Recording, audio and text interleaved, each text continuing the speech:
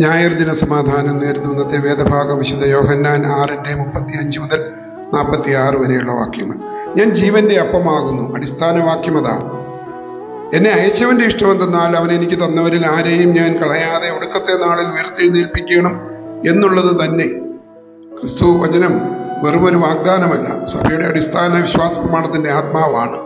രക്ഷ ഒരൊറ്റത്തവണ സംഭവവുമല്ല, അത് ക്രിസ്തുവുമായുള്ള നിത്യമായ ഐക്യവുമാണ്. ആരെയും കളയാതെ എന്ന വാക്കിലൂടെ ദൈവകൃപയുടെ വ്യാപ്തി അഥവാ ഇൻക്ലൂസിവിറ്റി നമ്മുടെ ബലഹീനതകൾക്കിടയിലും കരുണയോടെ നമ്മെ ചേർത്ത് പിടിക്കുകയും വീണുപോകുമ്പോൾ നമ്മെ താങ്ങുകയും ചെയ്യുന്നു എന്നതാണ്. ഉയർത്തെഴുന്നേൽപ്പ് എന്നത് കൗദാശിക ജീവിതത്തിൽ നമ്മൾ ദിവസവും അനുഭവിക്കുന്ന ഒന്നാണ്. വിശുദ്ധ കുർബാനയിൽ നാം സ്വീകരിക്കുന്ന തിരുശരീര രക്തങ്ങൾ ഈ ഭൂമിയിൽ വെച്ച് തന്നെ ക്രിസ്തുവിനോട് ഐക്യപ്പെടുന്നവർക്ക് മരണത്തിനു മേൽ അധികാരമുണ്ടാക്കുന്നുണ്ട്. ഒടുക്കത്തെ നാളിലെ ഉയർപ്പ് ഈ ഐക്യത്തിന്റെ പൂർണ്ണതയാണ്.